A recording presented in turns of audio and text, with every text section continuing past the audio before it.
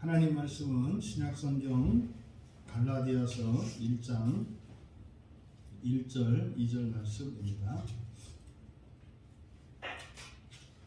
신약성경 302쪽입니다. 갈라디아서 1장 1절과 2절 말씀을 우리 함께 읽겠습니다.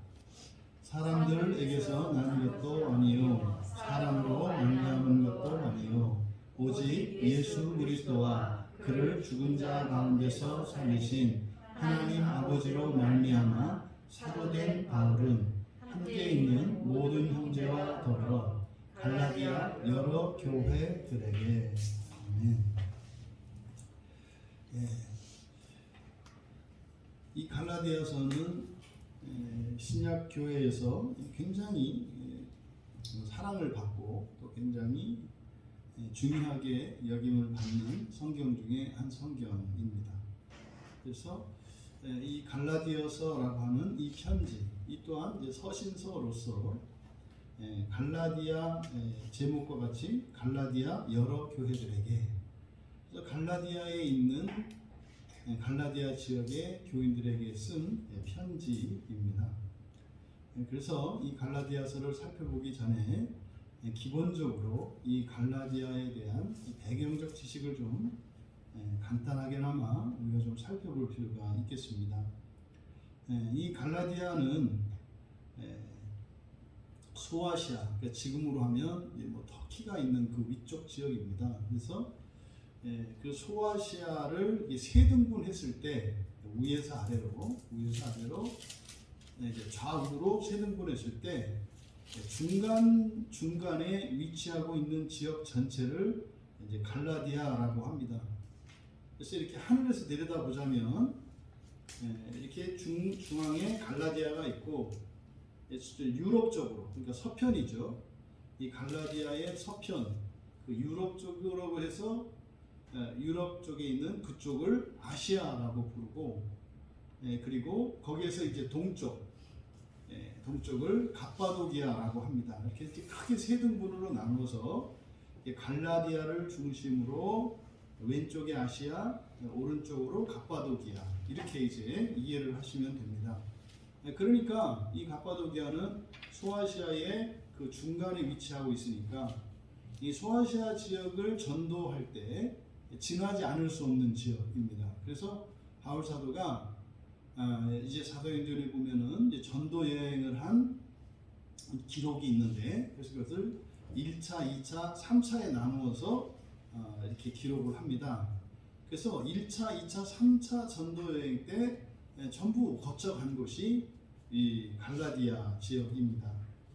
그런데 지금 이 편지는 사도행전 15장에 보면, 사도행전 15장은 굉장히 중요한 그 예루살렘 회의에 관한 것이에요. 그러니까 여러 가지 이제 초대교회 때 사도들이 이제 복음을 전하고 다니는데, 예수님께 전해 들었던 복음을 가지고 막상 사람들에게 이제 복음을 전하다 보면 질문도 받고, 또 이렇게 복음을 전하다 보면 사람들이 못 알아들으니까 그래서 설명을 하다 보면 이런저런 다른 설명들이 나오게 되고 하는 일들이 일어나는 거죠.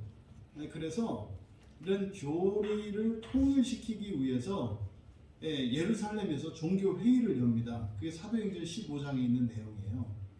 그래서 그 사도행전 15장의 그 교회 회의, 그것을 중심으로 해서 이 갈라디아서 편지가 이전에 쓰여진 거냐 이후에 쓰여진 거냐 하는 이런 논쟁이 있습니다. 근데 이제 여러 가지 내용들을 고려해서 보면 사도행전 15장에 있었던 예루살렘 종교회의 이전에 쓰여진 것으로 추정을 합니다. 그래서 대략 주후 약 49년경에 이 편지가 쓰여진 것으로 추정을 해요. 뭐 정확하지는 않습니다. 그리고 이게 그렇게 시기가 몇 년이었냐, 이게 너무나 중요한 알아야 되는 그런 내용은 아닙니다. 왜냐하면 이 편지의 내용이 중요하기 때문에.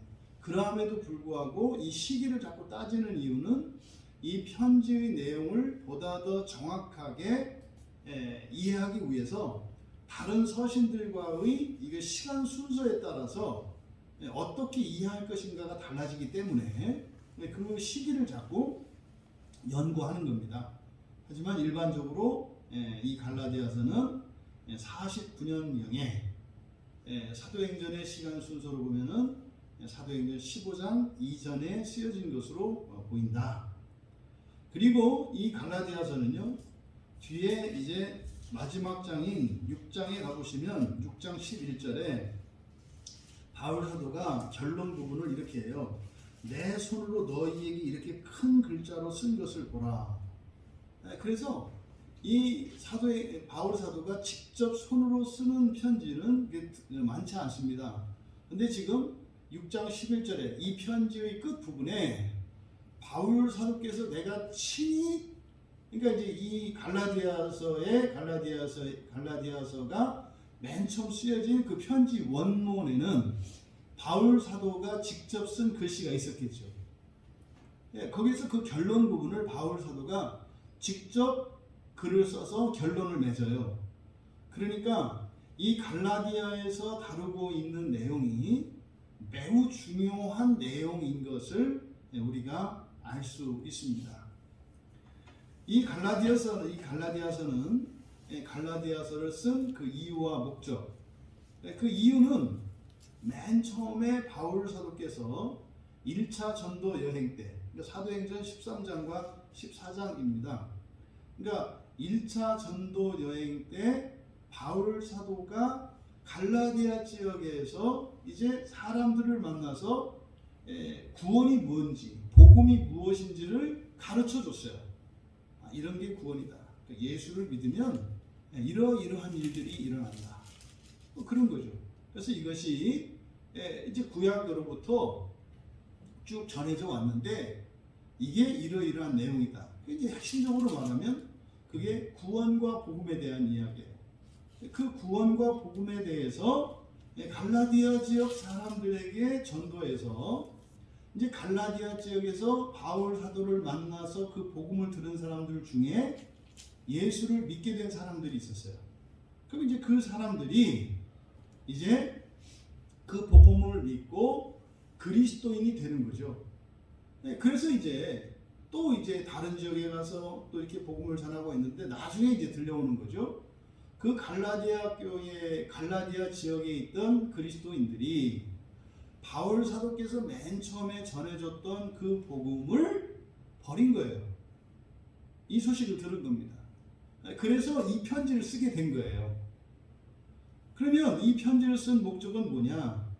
맨 처음 바울 사도께서 그들에게 전했던 그 구원에 관한 복음, 그것을 회복시키기 위한 목적으로 이 편지를 쓴 겁니다. 그러니까 이 갈라디아서의 주제를 무엇으로 볼 거냐? 그러면 구원과 복음이라고 보시면 돼요. 구원과 복음. 그러니까 우리가 이 앞전에 살펴보았던 로마서의 주제도 바로 구원이었고 구원에서도 영화였잖아요. 그리고 금요일에 우리가 보고 있는 이 히브리서에서도 히브리서의 중요한 키워드가 더 좋은 구원 그랬어요. 더 좋은이라는 말을 알았어요. 그러니까 구원의 최종적인 구원이 무엇인지를 다룬다는 점에서 바로 이 로마서와 히브리서가 있는데 바로 그것과 맥을 같이 하는 것이 갈라디아서다. 그런데 시기적으로 보면 이 갈라디아서가 맨 처음에 바울이 쓴 편지 중에 맨 처음 쓴 편지이기 때문에 그러니까 상당히 요약적이고 그리고 자세하지가 않아요. 근데 이 갈라디아서의 내용을 보니까 지금 뭐 내용 자체도 짧지 않습니까? 6장으로 되어 있지 않습니까? 그런데 뭐 로마서만 보더라도 뭐 거의 3배 가까이 되잖아요. 16장이니까. 그 히브리서도 거의 2배 이상이잖아요. 13장으로 되어 있으니까. 그러니까 사실상 이 갈라디아서에는 로마서와 히브리서에 있는 내용이 다 들어있다고 봐야죠. 그런데 이것이 요약되어 있어요. 이 안에. 그러니까 이 갈라디아서는 훨씬 더 사람들이 달리 생각할 수 있는 여지가 많겠죠. 왜냐하면 압축되고 요약된 것이니까. 그래서 이제 후대에 가서 결과론적으로 보면은 더 자세하고 완전한 구원과 복음에 대한 가르침이 필요했고, 그래서 만들어진 것이 로마서라고 보면 되는 것이고, 그러면 우리는 먼저 로마서를 살펴보았고, 뭐 히브리서도 이제 거의 봤기 때문에, 그러면 이제 어떻게 보면 로마서나 히브리서의 그 토대가 되는 게 갈라디아서니까, 그러면 이 갈라디아서에 담겨 있는 정확하게 드러나지 않는 설명이 필요한 이런 부분들을 우리들은 이제 이해할 수 있겠다.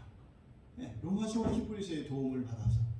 이게 사실 수필보다 시가 우리에게 깊은 감동을 주는 것은 그 안에 압축이 되어 있어서 여러 가지 의미들이 함축되어 있기 때문에 단어 하나 이런 한 줄에 그냥 깊은 은혜를 받잖아요. 왜 그렇게 이제 압축되어 있기 때문에. 그래서 이 갈라디아서라고 하는 이 서신서가 바로 그런 어떤 맛이, 색다른 맛이 있어요. 그러니까 로마서는 자세하게 이렇게 설명을 해줘서 하고 이렇게 깨닫는 이런 것이 있다면, 이게 이 갈라디아서 이제 속으로 뭉클뭉클하게 되는, 이전에 알았던 이런 것들이 그러니까 지금 문자 밑에 깔려 있는 그 의미들을 우리가 깨달을 수 있는 그런 장점과 유익이 있다.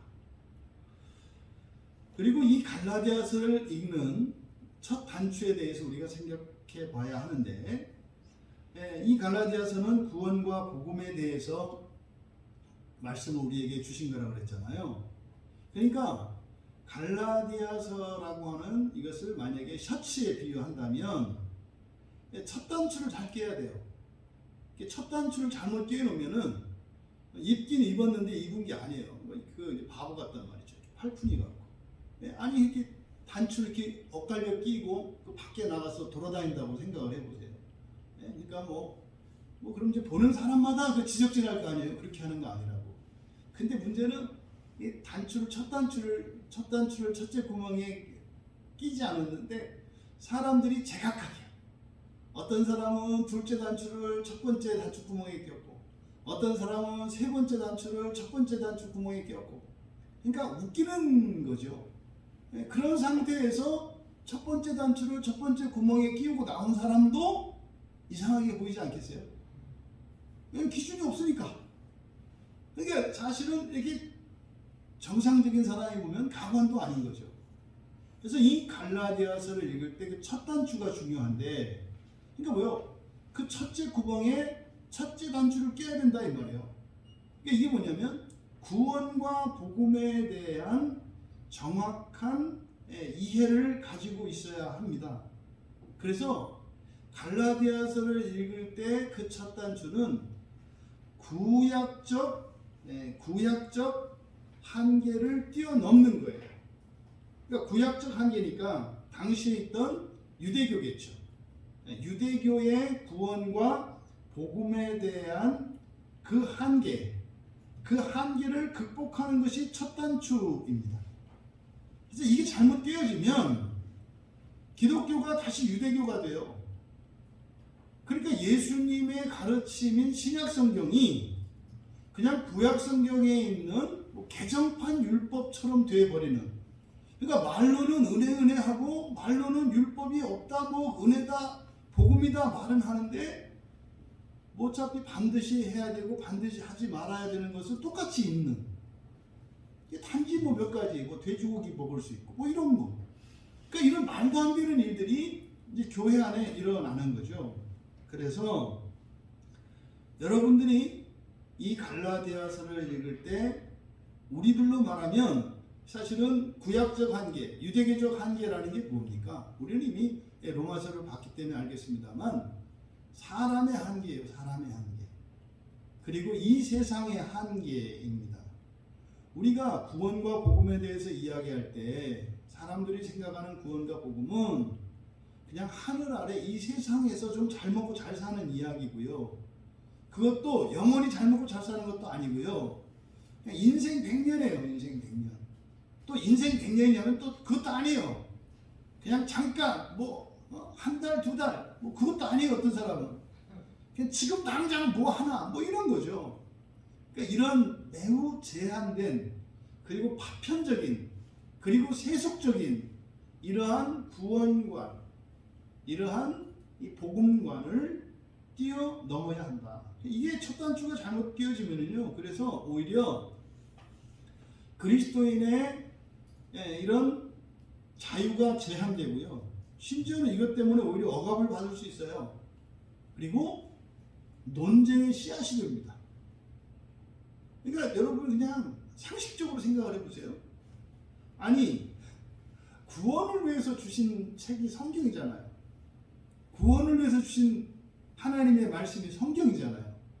근데 그 하나님의 말씀을 가지고 싸운다면 뭐 그 하나님이 절대적인 하나님일 수 없잖아요. 그 하나님을 믿는 사람들이 보는 책이 성경인데 그 성경을 가지고 사람들이 싸우고 다툰다면 서로 미워하고 시기하고 경쟁한다면 그게 뭐 제대로 된 하나님이겠냐 이 말이에요. 별 볼 일 없는 하나님이다 이 말이죠. 그렇게 보면. 그런데 그런 일이 2000년 교회 역사 속에서 계속 일어나요. 여러분 교회가요 가장 잔악하고 가장 못된 짓을 한 것은 세상에 대해서가 아니라 교회 안에서 일어난 일들이에요. 이게 말이 안 되잖아요. 아니 세상에 마귀도요 지 새끼는 이뻐하고 지 형제는 사랑하기 때문에 지 새끼와 지 형제들은 챙기고 원래 바깥에 하고 싸우는 거예요. 근데 이상한 게 이게 기독교라는 데예요. 기독교라는 데는요 바깥에 나가서는 세상에 착하고 세상에 뭐 너그러운 사람처럼 하고 안에 들어와서는 사람끼가 이루 말할 수 없고 그 폭력이라고 폭력과 야만성이라는 것은 이것은 상상을 초월해요. 왜 이런 일이 일어나요? 성경을 볼 때요 이 첫 단추가 잘못 끼워져서 그래요. 그러니까 특히 이 교리를 중요한 구원의 교리를 담고 있는 이 갈라디아서를 읽을 때 바로 이 한계, 유대교적 한계, 구약적 한계, 우리들로 하면 교리적 한계예요. 각 교단과 교파에서 가지고 있는 이러한 교리적 한계를 극복하지 않으면 오히려 이 말씀으로 인해서 서로 다투고 갈등하고 분열하게 되는 일이 일어난다. 지금도요 이 갈라디아서 가지고 뭐 말할 수 없는 논쟁과 이런 다툼이 있어요. 그래서 갈라디아서 그러면요 그냥 입에 그냥 딱 붙은 말이 뭐냐면 이신칭의 이신득의예요. 이거는 뭐 할 얘기가 그밖에 없어. 로마서 이신칭의 그러니까 율법으로가 아니라 믿음으로 의를 이룬다. 이게 뭐예요? 뭐 내 마음대로 살아야 된다. 그래도 하나님은 우리를 구원하신다. 이건 말도 안 되는 이해를 한다 이 말이죠. 여러분 그냥 여러분들은 이제 이신칭의 이신득의 이런 말 하지 마세요. 그거는 정말 그 몽학 선생과 같은 그런 그 교리예요. 이신득의 이신칭의 자체가 이게 의미가 없어요. 우리들에게는. 왜? 그 믿음이라고 할 때 믿음이 뭔지도 모르고요. 의라고 할 때 그 의가 뭔지도 몰라요. 그런 상태에서 이신칭의 이신칭의 해본들 정작 말하는 본인은 그 말의 의미도 모르고 그 유익도 모르고 단지 그게 뭐예요? 어떠한 강령이 되어서 그것에 찬성하느냐 찬성하지 않느냐에 따라서 적과 동지로 나뉘게 되는 이런 말도 안 되는 일들이 일어난다.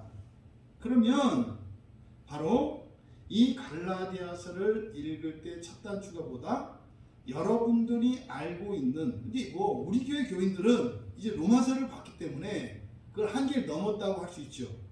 근데 광야교회 교인이 아니고 또 이 구원과 복음에 대한 파편적이고 제한된 그러한 구원관과 복음관을 가지고 있는 사람들에게 하는 말인데 본인들이 가지고 있는 경직된 사고 이런 것들을 버려야 한다 이 말이에요.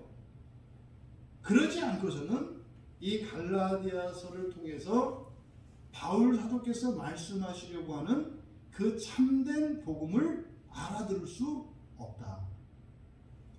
그래서 결국에요, 이 구원과 복음에 대한 이 갈라디아서를 읽을 때 우리들의 고정관념이 무언가를 생각해 봐야 돼요. 첫 단추를 깨기 위해서는, 첫 단추를 잘 깨기 위해서는 우리가 가지고 있는 고정관념이 뭔지를 생각해야 된다 이 말이에요. 여러분들은 이제 기본적으로 하나님 나라에 대한 이해가 있고 본성의 변화에 대한 이해가 있으니까 그런 신학적이고 우주론적이고 존재론적인 한계는 넘었다고 할 수 있어요. 근데 여러분, 그게 여러분의 실제 생활에서 어떤 유익을 주느냐면 그렇지 않아요.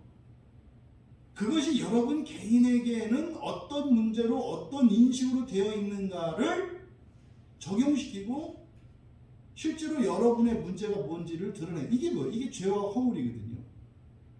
그러면 여러분들은 이 갈라디아서를 접할 때 내가 가지고 있는 고정관념이 무엇인지를 발견을 하고 그 고정관념이 자꾸만 이 갈라디아서 설교를 들을 때에 이제 대적할 거예요.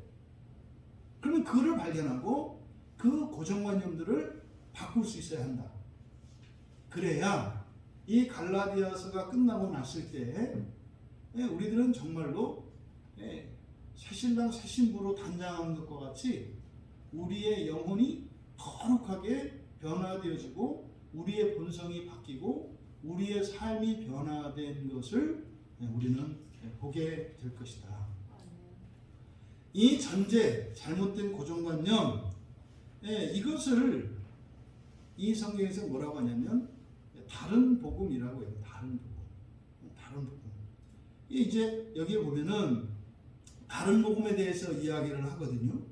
이제 바로 1장에서 다른 복음을 따라갔다 이렇게 얘기를 해요. 6절에 보면 그리스도의 은혜로 너희를 부르신 이를 이같이 속히 떠나 다른 복음을 따르는 것을 내가 이상히 여긴다 그러잖아요. 다른 복음을 따른다. 그러면 이 복음이라는 게 다른 복음이 있다는 거 아닙니까? 그러니까요, 이거는 지금 바울 사도가 갈라디아 교인들에게 하는 말이잖아요. 그러면 이 다른 복음이라는 게 무슨 이교나 다른 종교가 아니에요. 같이 예수를 믿는 사람들의 어떤 가르침인데 그걸 다른 복음이라고 얘기하는 거예요. 그러면 사실은 왜 그 다른 복음이 그럼 뭔가? 바울 사도가 전하기 이전까지 사람들이 가졌던 구원관과 복음관이에요. 이거는 예수님이 오시기 이전에 유대인들이 또 유대교인들이 가지고 있었던 구원관, 복음관이에요. 그런데 교회 안에서도 그런 일들이 있었던 거죠. 심지어는 사도들 사이에도 이런 복음에 대한 정확한 이해가 없었어요. 여러분 그런 얘기 하지 않아요? 왜 사도들 가운데 바울 사도만 유난히 성경을 기록했을까? 그래서 어떤 사람들은 심지어 기독교의 주인은 예수가 아니라 바울이다 이렇게 얘기를 해요.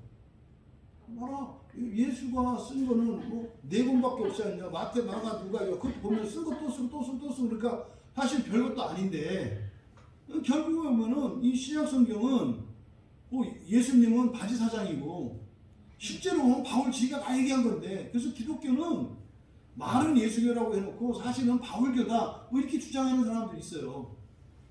그러니까 뭐 예수를 믿지 않는 사람들은 그리고 성령의 역사가 뭔지를 모르는 사람들은 얼마든지 논리적으로 이해가 돼요. 그 사람 하는 말이 뭐 그 사람들의 생각으로는 그렇게 이해할 수 있다 이 말이에요. 근데요 왜 사도들 가운데서 바울이 썼을까? 이 복음에 대한 정확한 이해를 가지고 있었던 것이 바울이기 때문이에요. 그리고 성경을 기록한 이외의 성경을 기록한 베드로나 또 예수님의 형제들의 편지가 들어가 있잖아요. 야고보나 유다나. 그러니까 요한, 야고보, 유다 그리고 베드로 이들이 쓴 그 편지의 내용들과 바울 사도의 이 서신서의 내용들이 공통점이 있어요. 그게 뭐냐면 하나님 나라 복음, 하나님의 복음이에요. 종말에 대한, 그리고 하나님의 심판에 대한, 그리고 사람의 존재의 변화에 대한 내용을 똑같이 다 담고 있어요. 공통적으로. 그러니까 이 바울 사도의 서신서가 신약 성경의 거의 절반을 이루고 있는 이유는 바로 예수님께서 가르쳐 주신 그 복음을 가장 잘 정확하게 서술을 했기 때문에 이것을 성경에 넣은 거예요. 이게 사도들의 합의에 의해서 이루어지는 거니까. 그러면 지금 6절에서 나오는 그 다른 복음이라고 하는 이것은 사실은요, 기존의 그리스도인 중에서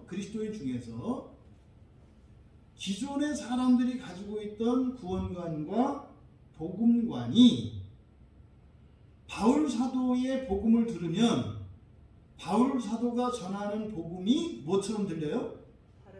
그게 다른 복음처럼 들리는 거예요. 그런데 이쪽 갈라디아 지역에 가서 바울 사도가 맨 처음 복음을 전했으니까 거기는 처음 바울 사도를 통해서 바른 복음을 들었잖아요. 근데 이후에 이제 교회가 세워지고 나니까 그때 당시에는 지금처럼 담임 목사 이런 게 없어요. 그게 목사가 귀할 때입니다. 그때는 엄청 귀했죠, 엄청. 그래서요, 이렇게 사도들이 가서 이제 선교사들이죠, 지금으로 말하면. 사도들이 가서 복음을 전하고 교회를 세워요. 그러면 순회 전도자들이 있어요. 순회 전도자들. 이 사람들이 다니면서 이제 그 지역에 있는 뭐 이 지역에 누가 예수 믿는 사람이 있습니까? 누가 있어요. 그 집 가면 연락망이 다 되어 있잖아요. 그럼 이제 순회 전도자들이 가서 이 편지를 읽어주거나 이렇게 복음을 전하는 일이 있다 이 말이에요. 그러니까 바울이 복음을 전해서 이제 여러 믿음의 가정들이 세워서 그리스도인들이 그 지역에 흩어져 있었는데 후에 이제 거기가 교회가 있으니까 순회 전도자들이 이제 온단 말이죠. 와서 이제 뭐 인사 나누고 이렇게 이제 하다 보니까 갈라디아 교회에 있는 그리스도인 이상한 얘기를 하는 거예요.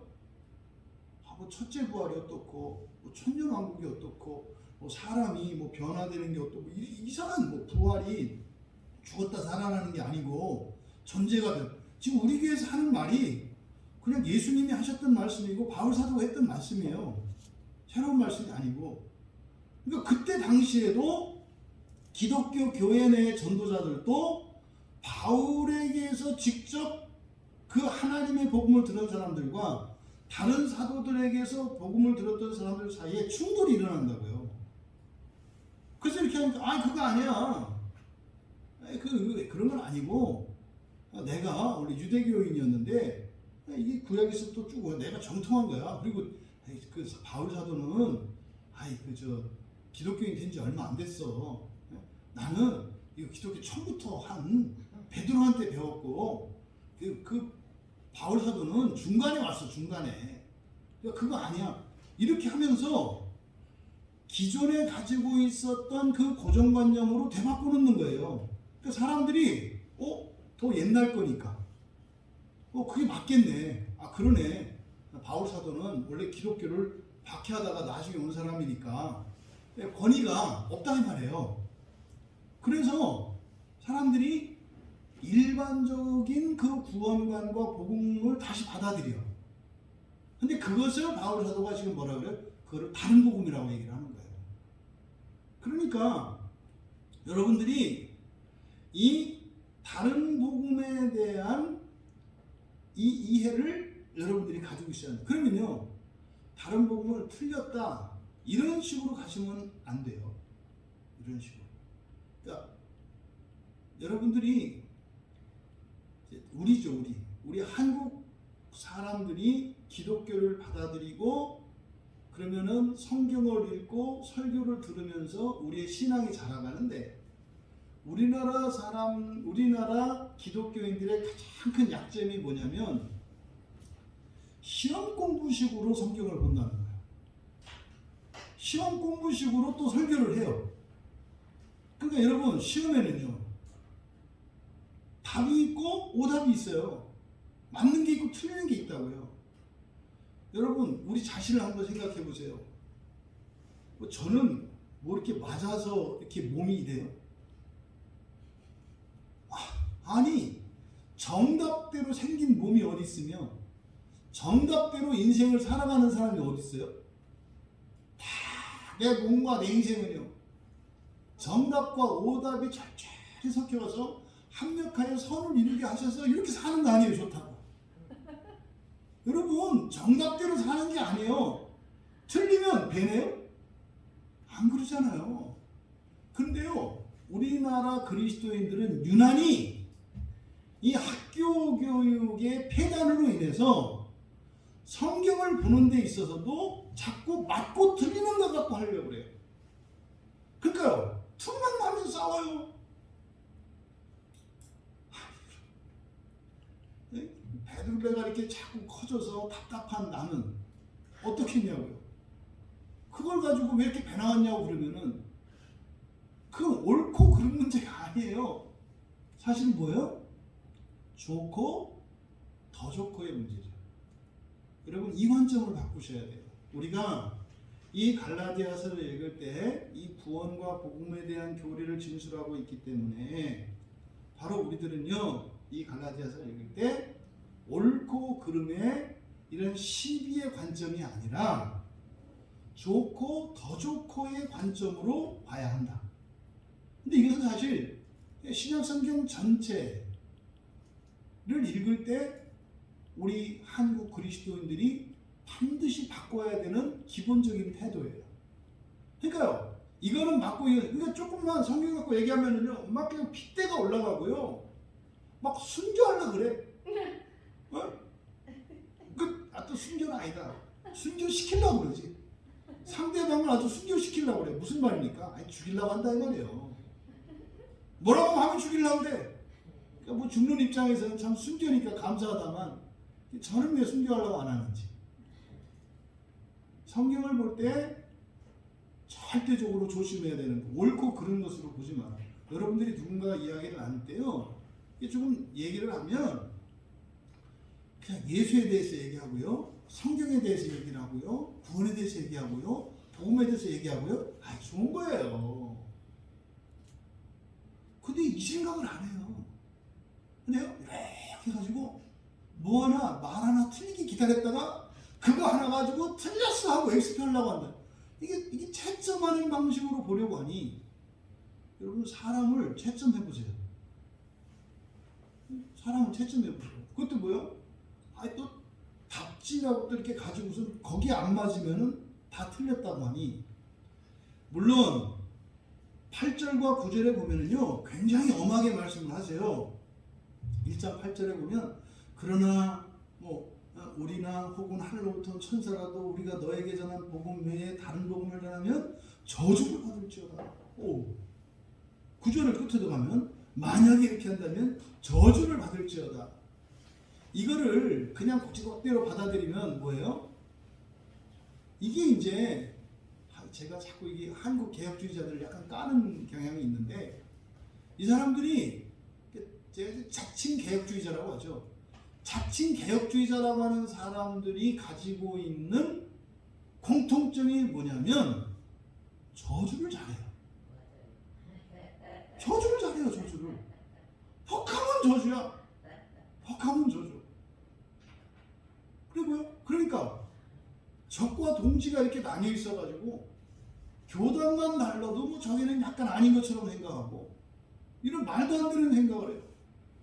여러분, 인생살이를 그렇게 맞고 틀리는 것을 가지고 이렇게 그 기준 갖고 살아가는 누군가가 있다고 생각을 해보세요. 그 사람하고 누가 같이 지내겠어요? 아니, 그렇다고 해서 자기가 몸도 팔등신이고, 뭐 모든 면에서 뭐 정말 탁월하고 뛰어나면 괜찮아. 그렇지 않아. 자기도 뭐 배둘레가 34고 키는 뭐 168에다가 머리는 곱슬머리에다가 피부는 뭐 이렇게 여드름이 잘 뜨는 이런 사람이, 다른 사람들 너는 뭐 키가 작고 또 너 머리는 어떻고 피부는 어떻고, 이게 너는 나는 가르치는 사람이 이게 괜찮다. 이게 말도 안 되는. 여러분, 정말 이 오늘날 자칭 개혁주의자라고 하는 이런 사람들이 가지고 있는 이런 특징이 이 말씀을 그렇게 받아들이는 거예요. 성경에 그랬지 않냐?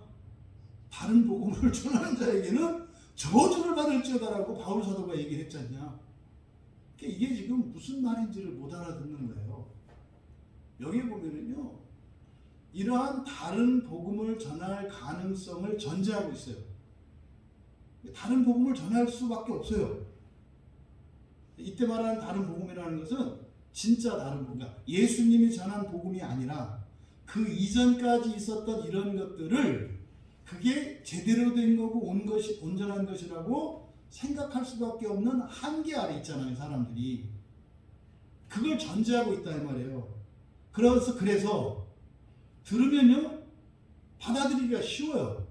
그러니까 바울 사도가 전한 복음과 다른 전도자들이 전하는 복음을 들었을 때 바울 사도에게서 받은 복음보다 다른 전도자에게서 전해드는 복음이 알아듣기가 쉽고요, 받아들이기 쉬워요. 이해가 돼요. 그러니까요, 그 가능성이 크기 때문에 그걸 차단하기 위해서 저주가 있을지어다라고 말씀은 했지만, 맞고 틀리고의 문제가 아니라 뭐예요? 이런 거죠. 비교할 수 없이 더 가치가 큰 것을 가지고 있는데, 그러잖아요.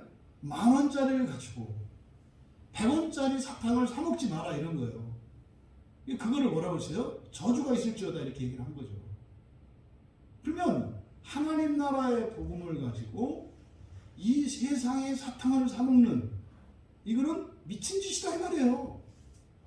그래서 이 저주가 있을지어다라고 하는 것은 틀렸다라기보다는 어떻게 이해해야 된다? 좋은 것과 더 좋은 것으로 이해해야 된다. 그게 히브리서에서 잘 나와 있는 거예요. 그러니까 이 갈라디아서에 있는 이 가르침이 로마서와 히브리서에서 자세하게 설명이 되는 거예요. 이런 기본적인 이해를 가지고 우리가 이제 갈라디아서를 살펴봐야 합니다. 대략 갈라디아서가 짧은 6장으로 되어 있으니까 대략적인 그 각 장의 내용들, 그 중심의 내용들을 좀 잠깐 살펴보면, 1장은 전형적인 편지 형식을 취하고 있어요. 그래서 항상 편지글이라고 하는 것이 그 형식이 있잖아요. 우리도 요즘에는 이제 그게 없어졌어요, 그렇죠? 그러니까 이제 나이가 들은 기성세대들은 메일을 보내거나 이렇게 할 때 그런 이제 편지의 형식을 약간 취하죠. 안녕하셨습니까? 뭐 이런 거. 근데 요새는 이게 다 사족이거든요. 그 쓸데없는 거 다 빼버리거든요. 그냥 본론만 얘기하는 이런 경향성이 있거든요. 뭐 옛날에는 그렇게 이제 형식적인 인사말을 쓰고, 그죠? 그래서 본론을 다 쓰고 나서 또 이제 마지막에도 또 인사를 쓰는 이 기본적인 형식이 있잖아요. 그러니까 여기서도 지금 1장의 1절에서 5절까지 이게 이제 기본적인 편지의 형식입니다. 그래서 누가 누구에게 쓴 편지인지, 그리고 인사를 하는 서문에 해당하는 거죠. 그래서 발신자, 그러니까 편지 쓴 사람이 누구고, 누구한테 쓴 거고, 그리고 참신앙 안에서의 인사말을 담고 있어요. 그리고 1장 전체의 내용은 사실 이 서신서를 쓰게 된 이유, 그리고 그 목적을 밝힌 후에 자신의 신앙을 간증합니다. 그러니까 여러분들도 이제 그렇게 하잖아요. 복음을 전할 때 얘기하다 보면은 나도 옛날에는 무신론자였는데 뭐 이렇게 하면서 이렇게 그래서 전하게 되잖아요. 그래서 바울 사도가 자신이 예수를 믿게 된 그 일을 쭉 신앙 간증을 하고 있어요. 이래저래 이 얘기를 하는 건 뭐겠어요? 바울 사도의 신앙 간증의 목적은요, 바울 사도는 그리스도인이 되기 이전에 철저한 유대교인 바리새인이었잖아요. 그러면 바울 사도와 같은 그 유대교 바리새인이 기독교로 개종했을 때 바뀐 건 뭐가 바뀐 거예요? 구원관과 복음이 바뀐 거예요. 그럼 내가 예전에 가지고 있었던 구원이라는 거는 이런 거였는데, 내가 예수를 믿고 나서 보니까 구원이 그게 아니라 이런 거였어. 요 얘기를 하려고 하는 거죠. 근데 여러분들 그러잖아요. 내가 옛날에는 예수를 믿기 전에는 그냥 막 돈 되는 것만 위해 살고 돈만 있으면 되는 걸로 생각하고 막 그렇게 살았는데 예수를 믿고 나니까 그게 아니더라. 이런 거죠. 이게 자기 신앙 간증이에요. 근데 이거를 이제 뭐 너무 또 이 사도직을 변증하고 이렇게 하니까 제 성경에도 그렇게 돼 있어요. 바울이 사도가 된 내력 이렇게 돼 있어요. 사도직에 대해서 사도 그렇게 안 따져요. 바울 사도에게 있어서 관심은 뭐예요? 구원과 복음이에요. 내가 사도냐 뭐냐 이게 아니라 구원과 복음이에요. 못 알아듣는 자꾸만 다른 복음을 전하는 자꾸만 다른 구원을 찾아가려고 하는 그들에 대해서 바울 사도의 애끓는 심정은 야 그게 구원이 아니야. 진짜 구원은 이런 거야. 이런 거죠. 그러니까 복음은 그 정도가 복음이 아니지. 그것도 복음은 복음인데 그 정도가 아니지. 더 좋은 복음이 있어.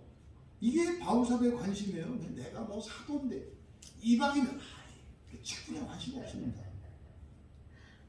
근데 자꾸 우리네는 이런 직분이 중요하고 뭐 박사인지 뭔지가 중요하니까 뭐 그렇게 보이는 거예요. 뭐 눈에는 뭐가 보인다고 자꾸 그렇게 보이는 거야. 바울 사도가 자꾸 잘난 척하려고 하는 것처럼 나 진짜 예수님의 사도야.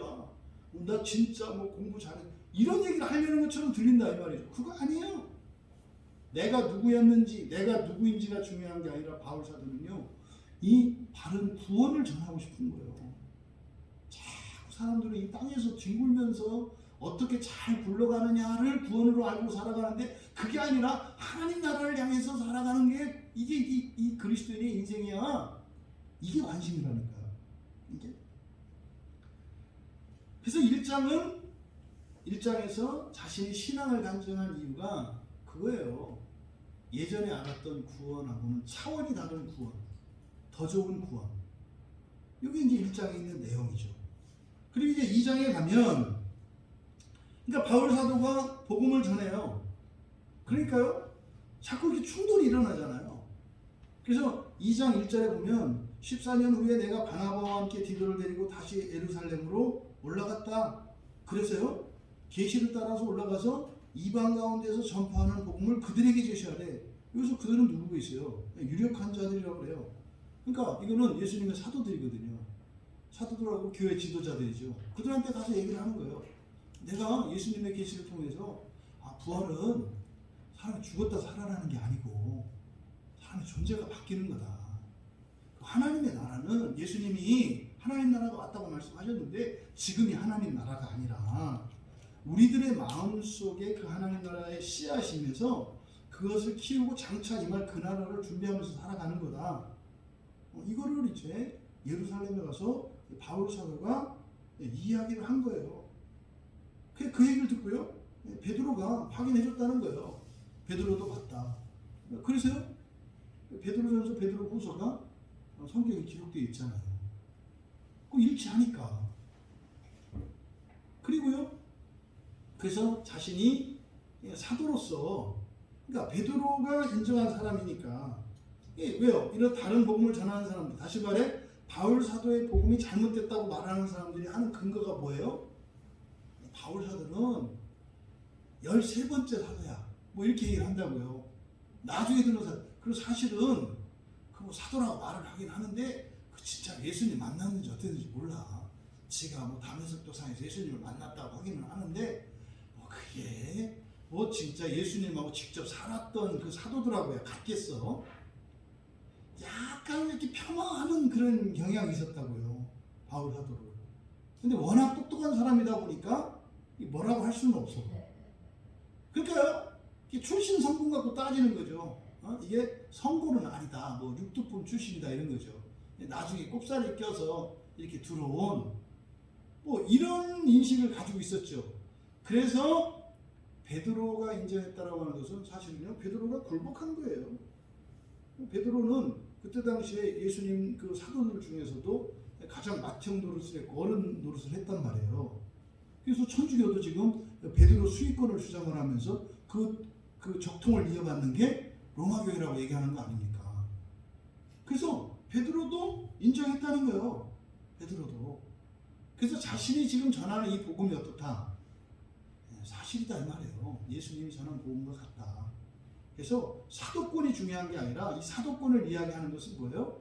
예수님이 전한 그 복음이다.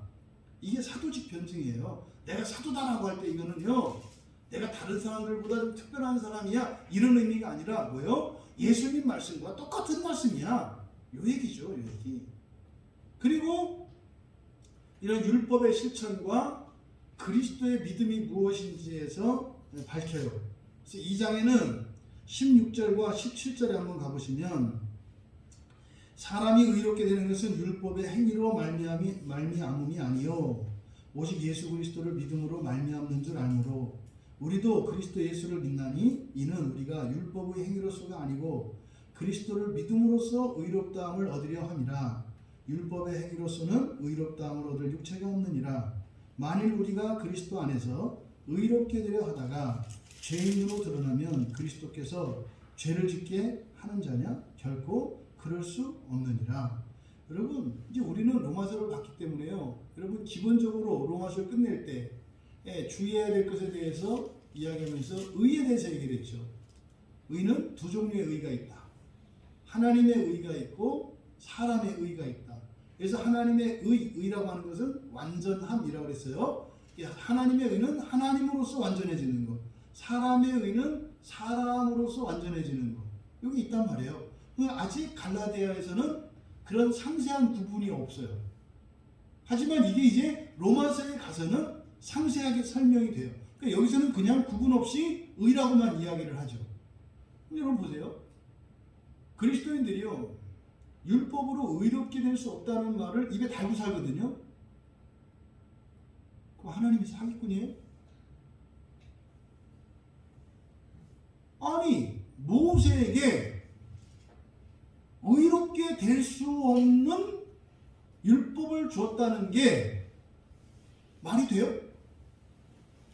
그러니까 아무 생각을 안 해요. 그러니까 율법으로는 사람을 의롭게 할 수 없다. 그러면요, 의롭게 할 수 없는 율법을 주고 2000년 동안이나 구약의 이스라엘 백성들을 뺑뺑이 돌린 거예요? 아니, 뭐 그따구 하나님이 다 했어요. 만약에 정말 하나님이 그랬다면 그따구지. 아, 그따운 게 하나님이에요? 근데요, 자기들 입으로 그렇게 말을 해요. 절대로 율법으로 의롭게 될 수 없다네. 그따구 하나님을 믿는 거예요, 자기가. 그러니까 마음속으로는요, 하나님 못 믿어요. 복음 하는데, 구약에서 율법 하다가 나중에 지났는데 그거 갖고 의롭게 못 된다네. 그럼 복음 하다가 나중에 가서 그것도 사실은 안 되는 거였다네. 양치기 소년 아시잖아요. 구약 갖고 사기쳤는데 신약 갖고 사기치지 말라는 보장이 있어요? 그러면서 그런 거죠. 이건 틀림없다. 사기꾼의 후예예요. 그러니까 사람들이, 여러분, 예수 안 믿는 사람들은요, 이성적으로만 생각한다고요. 그 기독교인이 얘기하는 거 보면요, 가관도 아니에요. 옛날에는 거짓말이었는데 이번에는 진짜예요. 그런데요, 옛날이나 지금이나 똑같아요. 그 무슨 말이에요? 지금도 거짓말 한다는 얘기잖아요. 당신 그럼 지금도 거짓말 한다는 얘기네? 아, 그게 아니고요. 옛날에는 거짓말 했는데요, 지금은 거짓말 아니라니까요. 그런데 똑같다니까요. 그러니까 너 거짓말 한다는 거잖아. 아니요, 지금은 거짓말 안 한다니까요. 너 옛날에도 거짓말 안 한다고 했잖아. 아, 그랬죠. 그런데 율법을 안 된다며. 아, 그건 거짓말이었고요. 지금은 아니에요. 이게 지금 우리나라 대통령 선거판에서 그대로 일어나는 거 아십니까? 이게 교회 안에서 일어나는 일이요, 이렇게 세상에서 보여요. 사실 어떻게 하나님을 그렇게, 근데 왜요? 이게 뭡니까? 이 교리적 고정관념이에요. 바울 사도께서 율법으로는 의롭게 될 자가 없다 할 때 그 의는 어떤 의겠어요? 하나님의 의지요. 근데 그건 로마서에 가서 나온다고요. 아직은 이게 자세히 나오지 않아요. 그러니까요, 율법으로 할 수 있는 의는 뭐예요? 사람으로서 언제나 할 수 있는 일. 여러분, 율법을 잘 지키면요, 훌륭한 사람 돼요. 훌륭한 사람 돼요.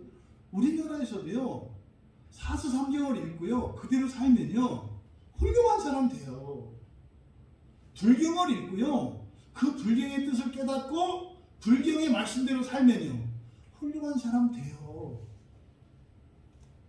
그런 거예요, 여러분. 어느 종교나 이렇게 합리적이고 이런 고등적인 종교 경전들을 읽으면은요, 사람으로서는 온전한 사람이 돼요. 또 그것뿐입니까? 학교에서 배우는 윤리 도덕만 제대로 배우고 그것을 따라 살아도요, 아니 온전한 사람 돼요. 그러면 구약 성경에 하나님이 직접 주신 이 율법은 온전하게 못 만든다고요? 어떻게 그런 생각을 해요? 그러니까 왜 이런 오해를 해? 의에 대한 이해가 없기 때문에 그래요. 그러니까 이 의에 대한 이해가 왜 없어요? 구원에 대한 이해가 자꾸 사람으로서의 구원과 이 세상의 구원관을 가지고 있기 때문에 성경에서 이야기하는 이런 이중적인 의미를 알아듣지 못한다 이 말이에요. 그래서 이 2장에서 뭐 이게 율법으로의 행위, 율법의 실천, 그리스도의 믿음으로 말미암는 의, 뭐 이런 것들에 대한 이야기가 나와요. 그래서 이제 뭐 율법에 대해서 이야기를 하는데, 그리고 3장에 가면 3장에 있는 내용을 요약하자면 예수 그리스도의 십자가 사건이 진짜라는 거, 3장 1절이에요. 예수 그리스도께서 십자가에 못 박히신 거, 이거는 확실하다 이 말이에요. 확실하다, 사실이다. 이때 당시에 그 거짓말이다, 네가 봤냐, 뭐 이런 얘기 하는 사람도 있었단 말이에요. 지금도 이제 그런 사람도 있잖아요. 네가 봤냐, 2000년 전에 그걸 봤냐, 뭐 그때도 뭐 그런 일이 있었죠. 네? 그리고 사실은 예수 그리스도께서 십자가에 못 박힌 그것의 가치예요, 가치. 예수님이 십자가에서 죽으신 거. 지금도 마찬가지예요. 예수님이 십자가에 못 박혀 죽으신 그 사건, 십자가 사건이 의미하는 바가 각자에게 달라요. 그 가치가 달라요. 어떤 사람들은요, 벌받지 않게 해준다는 생각을 갖고 있는 사람들이 있죠. 벌받지 않게 해준다. 그러면은 그 벌받지 않는다는 것이 지옥 가지 않는 거다. 이렇게 해서 이제 너무 비약시켜서 이해하는 사람들이 있죠. 그러니까 예수 그리스도가 십자가에서 죽으신 것은 예수님을 믿는 사람들에게는 벌을 안 주고, 그러니까 나중에 죽어서 지옥에 안 가게 하는 효과가 있다라고 믿죠. 완전히 잘못된 거잖아요. 이게 여러 가지가 섞여 있는 거거든요. 그 가치가 달라요. 근데요, 여기서 뭐라고 그랬느냐? 5절에 보시면은 너희에게 성령을 주시고 너희 가운데서 능력을 행하시는 이의 일이 율법의 행위냐 혹은 듣고 믿으면서냐. 사실 이 5절에 이 말씀이 의미하는 바는 그런 거예요. 예수님의 십자가 사건은 뭘 위한 거다?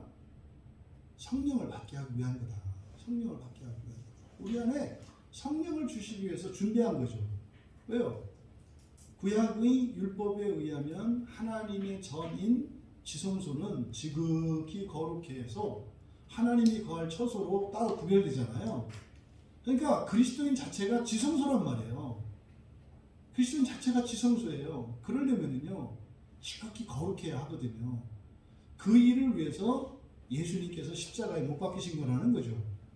그러니까요, 벌 안 받고 지옥 안 가고 이런 개념이 아니에요. 이런 개념이 아니라고요. 또 아브라함의 의와 그 아브라함의 자손과 복에 대해서 이야기를 해요. 6절과 7절, 9절, 11절에 보면 아브라함의 의가 뭔지, 또 아브라함의 자손이라는 게 뭔지, 또 아브라함의 복, 아브라함이 받은 복이 뭔지에 대해서 이야기를 해요. 또 23절에 가면 이제 그 믿음과 율법에 대해서 이야기합니다. 결국 이 3장에서 말하고자 하는 핵심적인 것은 26절이에요. 26절에 가보시면 너희가 다 믿음으로 말미암아 그리스도 예수 안에서 무엇이 되었다? 하나님의 아들이 되었다. 이게 엄청난 얘기죠. 하나님의 아들이 되었다고 하는 이게 엄청난 얘기예요. 근데 이게 지금도 그냥 예수 믿는 사람들을 그렇게 부르는 것처럼, 예? 교회 다니는 사람들을 그냥 부르는 것처럼, 명찰인 것처럼, 예? 그 얘기가 아니죠. 그 얘기가 아니죠. 예, 이것도 이제 로마서에 가서 그래서 자세하게 설명을 하죠. 그러니까 이 3장에서는 이 26절이 가장 중요한, 또 가장 중요한 건 아니고 다 중요해요. 근데 어쨌든 3장 26절이 그 믿음으로 되는 하나님의 자녀 되는 게 뭔지를 설명을 하고, 또 4장에 가면 4장 5절에 가보시면 율법 아래 있는 자들을 총량하시고 우리로 아들의 명분을 얻게 하려 하신다. 아들의 명분에 대해서 얘기해요. 아들의 명분. 그러니까요, 우리는요 원래 죄인이에요. 죄인은 뭡니까? 하자투성이, 그렇죠? 불량품. 근데 명분은 뭐예요? 이거는 포장이에요. 포장. 명분은 포장. 그래서 그 포장을 얻었는데 포장으로 끝나고 뚜껑을 열면 들통나는 게 아니라 그 명분을 얻고 난 뒤에 내용을 채운다고요. 그래서 나중에 그거를 포장을 딱 끌어보면 명분만 있는 게 아니라 실제로 본성이 그렇게 돼요. 이게 부활이라고 그랬잖아요. 그러니까 이 명분은 집 질 때 뭐에 해당돼요? 지붕에 해당하는 거죠. 그러니까 우리에게 이게 지붕이 먼저 주어져요. 그러니까 사람들이 흉본다고요. 너 지붕이 있으면 뭐하냐, 너 다 보이는 걸, 뭐 이런단 말이죠. 예? 비 오면은 막 비들이고, 바람 불면 바람 들이고. 그러니까 너 그 있어봐야 뭐해? 어차피 똑같구만. 예, 명분만 있기 때문에 그래요. 처음에는 명분이 주어져요. 예수를 믿고 교회 다니고 이렇게 세례받고 그리스도인이 되면은요 명분만 있어요. 명분만. 근데요 우리 안에 성령이 거주하시면서 성령께서 우리의 본성을 바꾸시잖아요. 그렇죠? 그래서 어떻게 해요? 서서히 기초도 세워지고 벽도 세워지고 심지어 막 인테리어도 되고 이렇게 된단 말이에요. 그러니까 지금 4장 5절에서 바로 성육신 사건과 그 아들의 명분을 연결짓고 있어요. 율법 아래 있는 자들을 속량하시려고. 이게 십자가 사건이잖아요. 그렇게 한 이유는 뭐다? 우리 명분을 얻게 하려고 하는 것이다. 그리고 나서 뒤에 이제 14절과 14절에 보면은 너희를 시험하는 것이 내 육체에 있으되 이것을 너희가 업신여기지 아니하며 바라지도 아니하고 오직 나를 하나님의 천사와 같이 또는 그리스도 예수와 같이 영접하였도다. 엄청난 얘기예요. 사람들이 바울 사도를 영접할 때 어떻게 했다고요? 예수님처럼 영접했고요. 하나님의 천사처럼 영접했다는 거예요. 지금 이 얘기하는 거는 바울 사도 잘났다 이런 얘기가 아니라요. 문제가 많고 약점도 많고 허점도 많은데 너희들이 나를 이렇게 영접했었잖아. 왜요? 믿음으로 그런 거죠. 믿음으로 그런 거예요. 그럼 이 얘기는 뭡니까? 나도 너희를 이렇게 생각하는 거죠. 이게 그리스도인이에요. 지금의 형편이 좀 그러할지라도요. 부활 이후에 우리의 찬란한 영광의 모습으로 우리는 서로 바라보고 인정하는 거잖아요. 그리고요.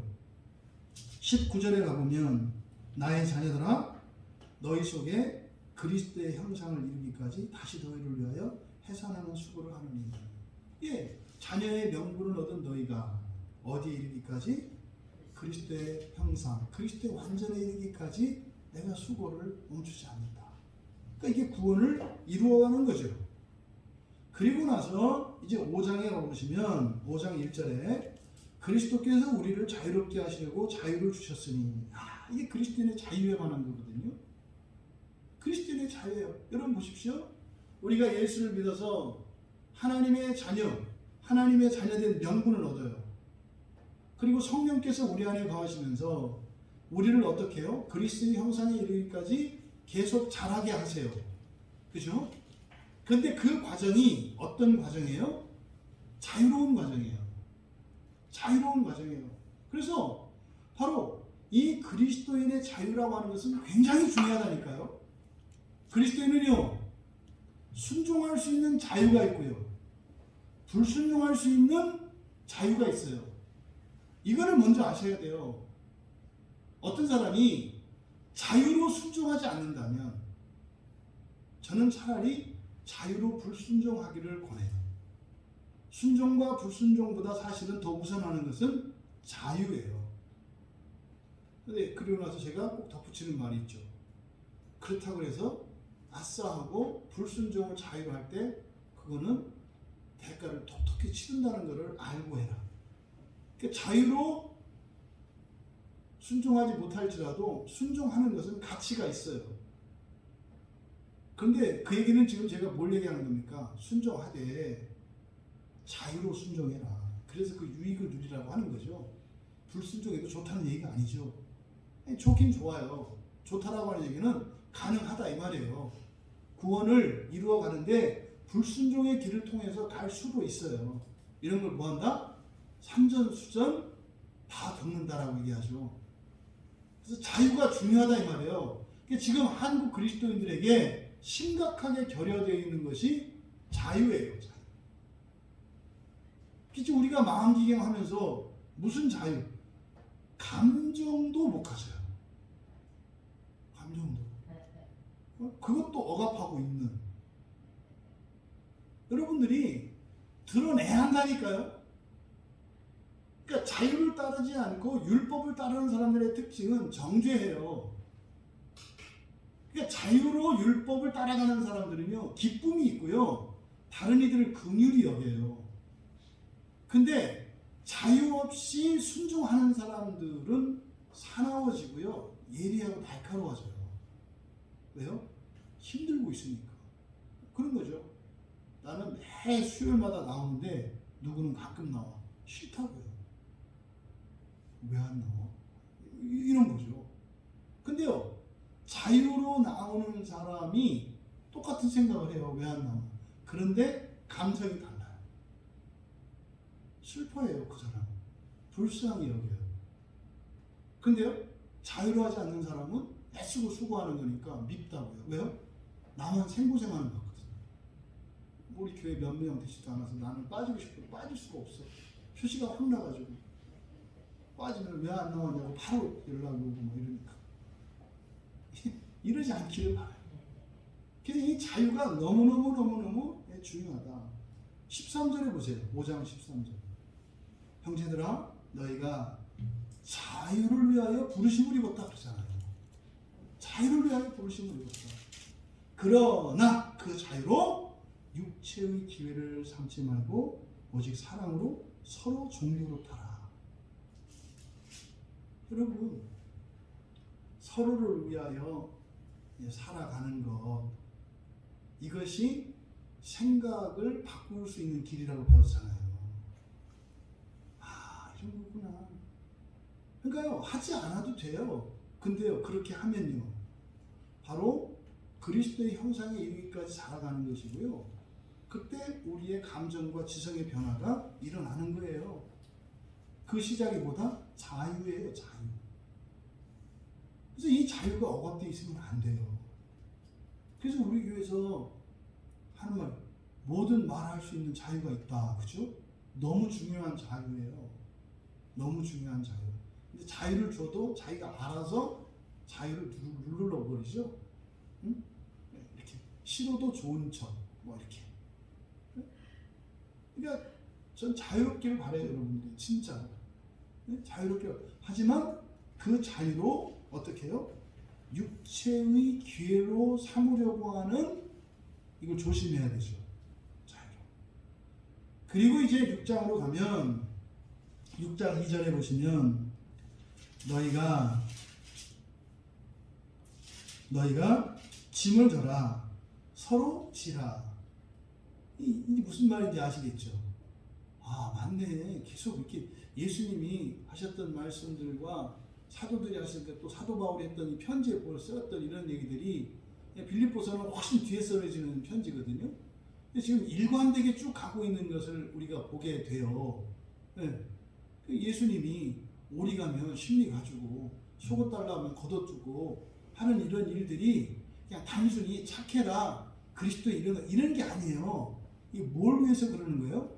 그리스도의 형상에 이르기까지 자라가기 위해서 우리의 전 인격이 바꿔야 되고, 감정도 바뀌고, 판단력도 바뀌고, 의지도 바뀌고, 다 바뀌어야 되는데, 그래서 이렇게 가야 되는 거예요.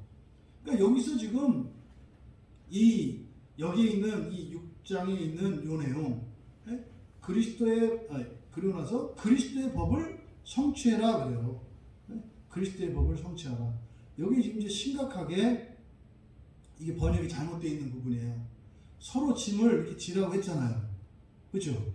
짐을 서로 져라 그랬잖아요. 그리고 나서 뒤에 보세요. 4절에 가니까 각각 자기 일을 살펴라 그랬죠. 그렇잖아요. 그리하면 자랑할 것이 자기에는 있어 남에게는 있지 아니하리니. 5절에 또 각각 자기의 짐을 질 것이라. 그러니까 자기 짐을 각자 지라는 거예요. 서로 지라는 거예요. 자기도 지고 서로도 지고. 하여튼 착하잖아요. 이게 지금 번역이 잘못되어 있기 때문에 그래요. 아 진짜 알려주시네. 제일 싫었어. 조심하시라니까. 조심하시라니까. 육체의 기회를 삼지 마시라니까. 자유를. 이게 지금 지금 6장에서 그리스도의 법을 성취하라. 뭐 그리스도의 법이 뭔가 다 완전한 구원을 향해서 지금 하는 말씀이잖아요. 그러면 그리스도의 법을 성취하는 거, 그것을 통해서 얻을 수 있는 게 뭔가. 8절에 보니까 자기 육체를 위하여 심는 자는 육체로부터 썩어질 것을 거두고 성령을 위하여 심는 자는 성령으로부터 영원한 생명이에요. 영생, 그러니까 라이프 이렇게 좀 잘 와닿지 않는데 영원한 생명이에요. 우리는 어떤 생명을 갖고 있어요?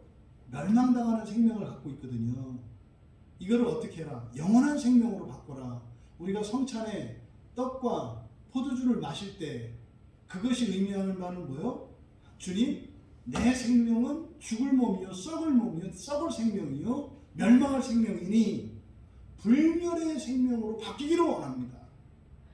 당신을 믿을 때, 당신의 말씀을 듣고 따를 때, 이 떡과 잔에 참여할 때 내가 영원한 생명을 얻을 것을 믿습니다. 믿음 따라 그 영원한 생명이 공급되는 게 이 성찬식이라고 했잖아요. 그러니까 예수 그리스도의 그 법을 따라서 그걸 성취하기 위해서 살아가면 우리에게 일어나는 게 뭐예요? 영원한 생명이 열매로 맺혀요. 영원한 생명이. 또 15절에 가보면은요, 할례나 무할례가 아무것도 아니로되. 여러분, 이게 말이 됩니까? 할례나 무할례가 아무것도 아니라는 말이. 이런 말을 여러분들이 해석할 수 있어야 한다 이 말이에요. 그러니까 할례를 해야 돼요? 말아야 돼요? 이게 문제가 아니다 이 말이에요. 그렇다 해서 할례가 아무것도 아니고 무할례가 아무것도 아니다, 아무것도 아닌 게 아니라니까요. 여러분들이 교회에 나오는 것도 아무것도 아니고 안 나오는 것도 아무것도 아닙니다. 그게 나오지 말라는 얘기가 아니에요. 나와야 돼요. 예?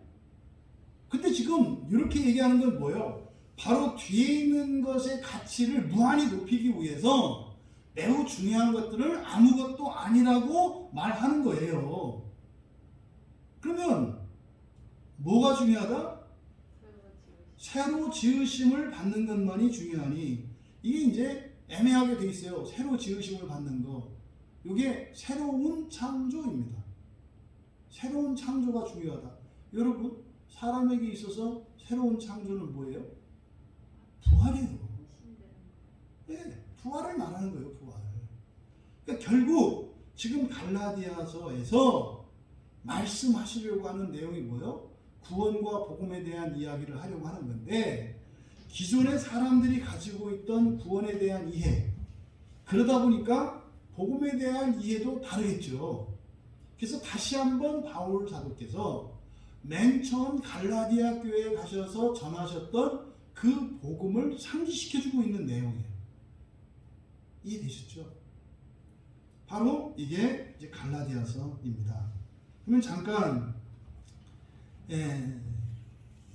1절과 2절의 말씀을 우리가 인사말을 좀 살펴보면, 사람들에게서 난 것도 아니요 사람으로 말미암은 것도 아니요 오직 예수 그리스도와 그를 죽은 자 가운데서 살리신 하나님 아버지로 말미암아 사도된 바울은 그래서 이 성경의 원문에서는요, 바울, 사도 이렇게 나와 있어요. 바울, 사도. 그러니까 나 바울은 사도다 이 말이죠. 나 바울은 사도다. 이렇게 이야기한 이유는 뭡니까? 이 편지를 쓴 것이 바울이라고 하는 것을 밝힘과 동시에 바로 이것은 예수 그리스도의 복음을 그대로 전하는 것이다. 이 얘기를 해주는 거예요. 예수 그리스도께서 하셨던 그 복음을 그대로 너희들한테 전하는 거다.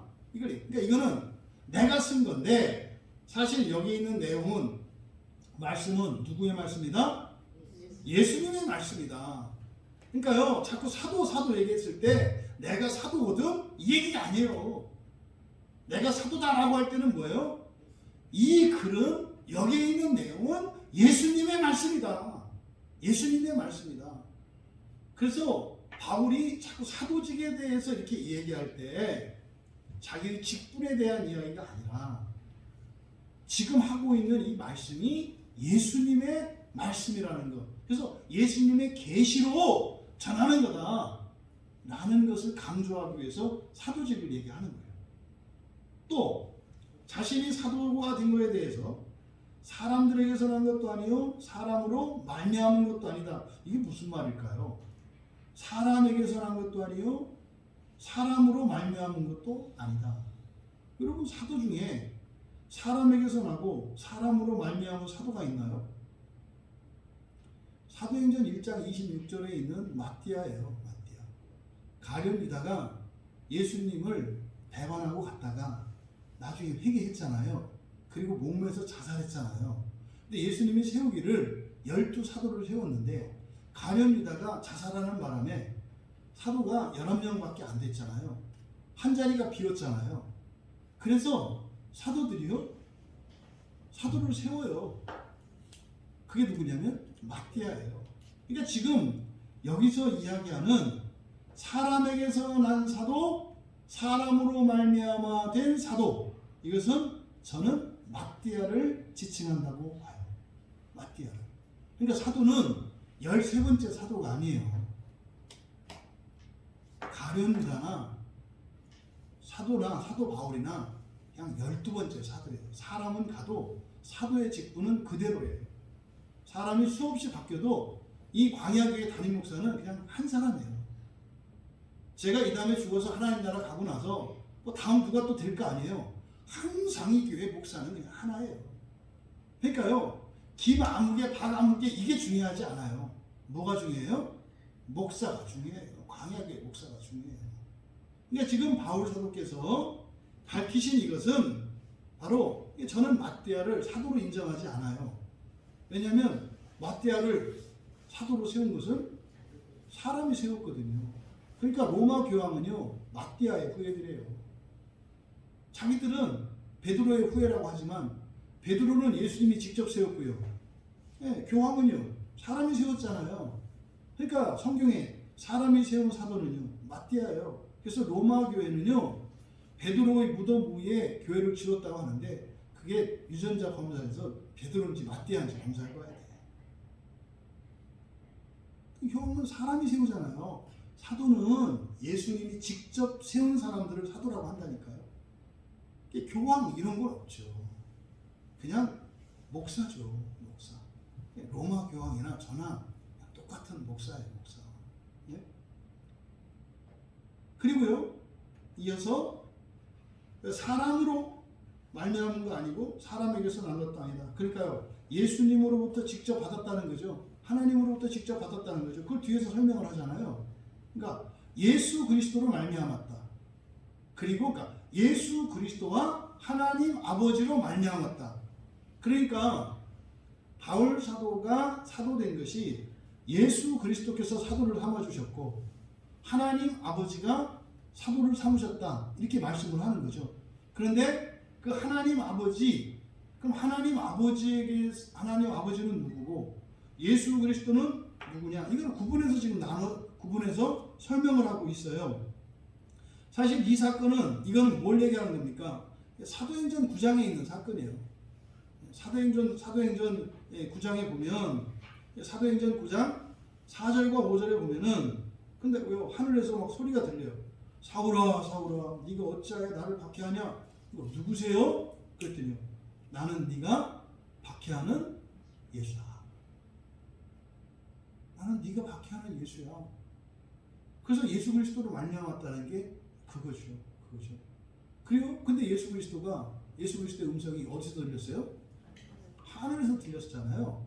사실은 여기서 예수 그리스도와 하나님 아버지라고 되어 있습니다만 이거는요 그냥 일체예요. 일체. 우리가 흔히 얘기하는 삼위일체 하나님을 말하는 거예요. 삼위일체 하나님으로부터. 그럼 여기 성령이 빠져 있잖아요. 성령이 어디 계세요? 바울 안에 있잖아요. 이 안에 그러니까 바울이 사도된 것은 바로 뭐예요? 내가 하나님 된 거예요. 하나님 안에 완전히 연합된 것을 의미하는 거죠. 요 얘기를 하는 겁니다. 그리고 나서 이 편지를 쓴 사람이 누구인지를 밝히고 있어요. 2절에서 함께 있는 모든 형제와 더불어 이렇게 돼 있잖아요. 함께 있는 모든 형제와 더불어. 그러니까 이건 쓴 사람이에요. 편지 쓴 사람. 나와 함께 있는 모든 형제들이 이렇게 모든 형제들이 누구에게? 갈라디아 교회들에게. 여러 교회들이라고 하는 것은 교회가 복수형으로 되어 있기 때문에 우리말에 그냥 첨가한 거예요. 그래서 여러 교회 그러면은 여러분들이 뭐 갈라디아에 교회가 이렇게 있었다 이렇게 생각하시면 안 되고 예수를 믿는 모든 교인들을 말하는 거예요. 그런데 이때 형태는 우리와 같은 이런 조직교회가 아니에요. 그냥 335 집에서 예배드리고요. 그렇게 살았다고요. 사람들이. 그래서 지금 나와 함께 있는 모든 형제들이 그러니까 바울이 편지를 쓰긴 쓰는데 이 편지는요. 예수님의 편지고 또한 나와 함께 있는 이 교회의 성도들의 편지다. 그러니까 교회가 교회에게 쓰는 편지예요. 교회가 교회에 쓰는 편지. 이것을 1절과 2절에서 편지를 쓴 게 누구인지 그리고 누구에게 쓴 것인지를 밝히고 있다. 이어서 말씀은 다음 주로부터 계속 강의를 하도록 하겠습니다. 여러분들이 오늘 말씀드렸던 이 갈라디아서를 시작함에 있어서 우리가 끼워야 할 첫 단추가 그러니까 우리가 이 갈라디아서를 통해서 하나님의 진리를 발견하는데 방해의 요소들이 무엇인지를 살펴봤습니다. 그리고 그로 인한 폐단들이 무엇인지도 살펴봤고 하지만 우리가 이미 로마서를 통해서 이